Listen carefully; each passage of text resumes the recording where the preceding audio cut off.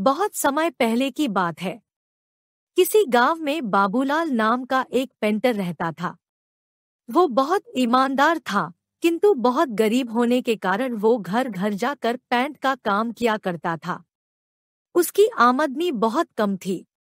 बहुत मुश्किल से उसका घर चलता था। पूरा दिन मेहनत करने के बाद भी वो सिर्फ 2 वक्त की रोटी ही जुटा पाता था। वो हमेशा चाहता था कि उसे कोई बड़ा काम मिले जिसे उसकी आमदनी अच्छी हो, पर वो छोटी काम भी बड़े लगन और ईमानदारी से करता था। एक दिन गांव के जमींदार ने बुलाया और कहा, सुनो बाबूलाल, मैंने तुम्हें यहाँ एक बहुत जरूरी काम के लिए बुलाया है। क्या तुम वो काम करोगे? बाबूलाल, जी हजूर, जरूर करूँगा।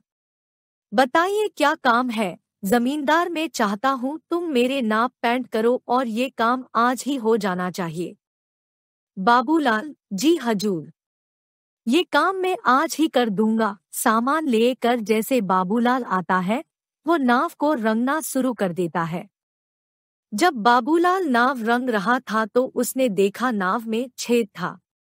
वो सोचा अगर इसे ऐसे ही पेंट कर दिया जाएगा तो ये डूब जाएगी। ऐसा सोचकर वो छेद को भर देता है और नाव को पेंट कर देता है। फिर जमींदार के पास जाता है और कहता है, हजूर, नाव का काम पूरा हो गया, आप चलकर देख लीजिए। फिर वो दोनों नदी किनारे जाते हैं।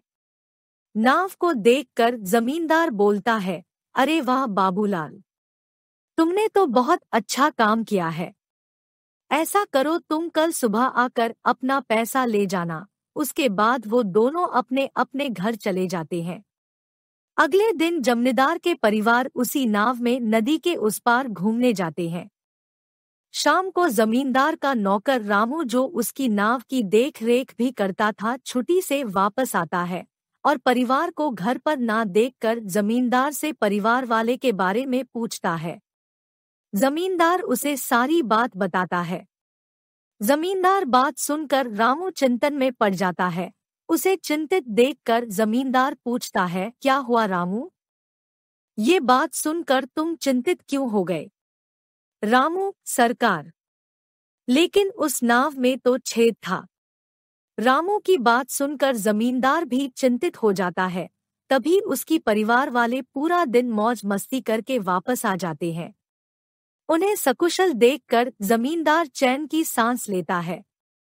फिर अगले दिन जमींदार बाबूलाल को बुलाता है और कहता है, ये लो बाबूलाल, तुम्हारा मेहनत का पैसा, तुमने बहुत बढ़िया काम किया है। मैं बहुत खुश हूँ। पैसे गिनने के बाद बाबूलाल हैरान हो